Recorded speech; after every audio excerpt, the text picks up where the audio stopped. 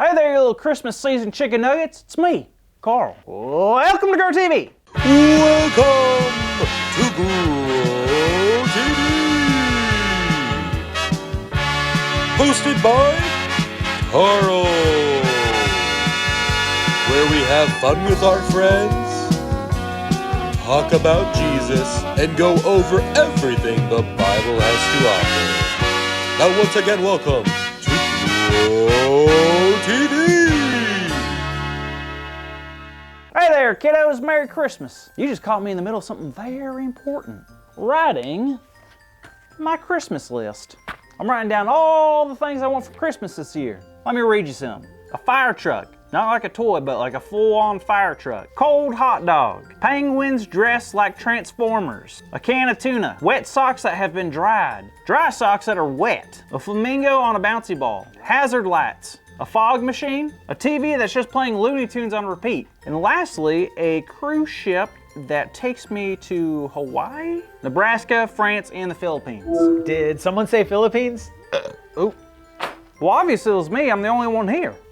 I guess that's true. Anyway, what were you saying about it? Oh, well, it's just on my Christmas list to go on a trip there. Oh, that's awesome. Why do you want to go there? I heard the food's really good, and a book of the Bible's named after it. Well, first, the food is very good there. And two, I think you're thinking of Philippians. Oh, that makes sense.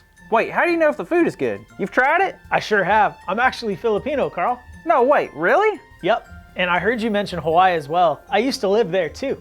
That's awesome. So you've lived like all over the world, huh? Sorta, but there's still so many places that I'd love to visit. Me too. It's kind of hard to choose which one to go to first, huh? There's like 20 choices. How am I supposed to pick? 20? 20 what? You know, like states or places. There's only like 20 of them, right? Carl, sorry to burst your bubble, but there are a whole lot more places than just 20 places in the whole world. What do you mean? Well, for example, there are 50 states in the US alone, and then there are 7 continents all around the world with even more countries in them. Can you guess how many countries there are? At least 2. Close. There are 195. That blows my mind. I can't believe it. That's a big world.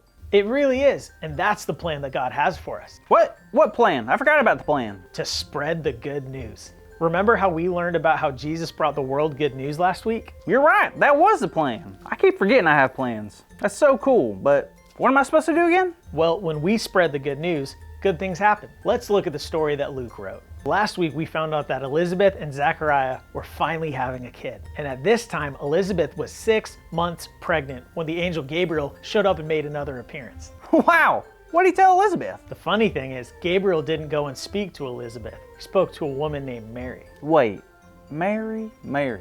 I heard that name before. Anywho, what happened next? Well, he looked at Mary and told her that she had found favor in God's eyes. Well, what does that mean? Pretty much that God was very pleased with her. Oh, that makes sense now. So Gabriel went on to tell her that she'll be having a baby. Whoa! Gabriel surprised somebody else with some unexpected baby news? Yup, and Mary was beyond surprised. Well, she was planning on marrying a man named Joseph, and I'm sure she was planning on having a kid with him. But first, God had much bigger plans. Wait, so this is the Mary? Oh yeah.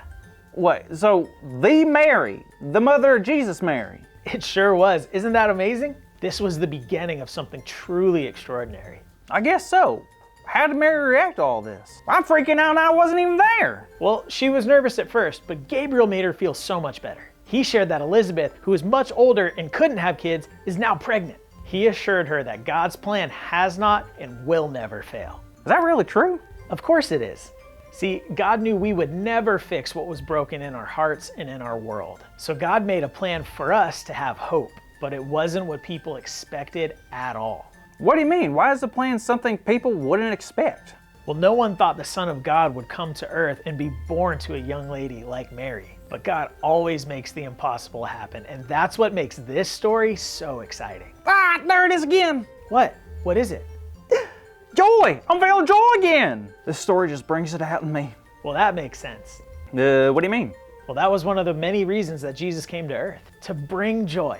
Joy is something that grows when we feel hope, and Jesus was the one to bring all of those things to us. So Jesus was about to show everyone, by coming to the world as a child, that God loves us so much and has a plan for everyone to be a part of God's family. I got it. Joy is camping out right here in my heart today. I wonder who I should share it with. Anyone you want, Carl. Well, kids, we hope you're starting to feel joy, and don't forget about our big idea this week. It's super important. You heard it here first. Our big idea is that Jesus came to bring joy to the world. Now let's say it out loud on the count of 3. 1, 2, 3. Jesus came to bring joy to the world. Good job, everybody. Great job, kids. Now, thank you so much for watching. And always remember that the whole reason for this Christmas season is all because of Jesus. And we can't wait to talk about it more next week. See you later. Thank you for watching, and tune in next week for a new episode of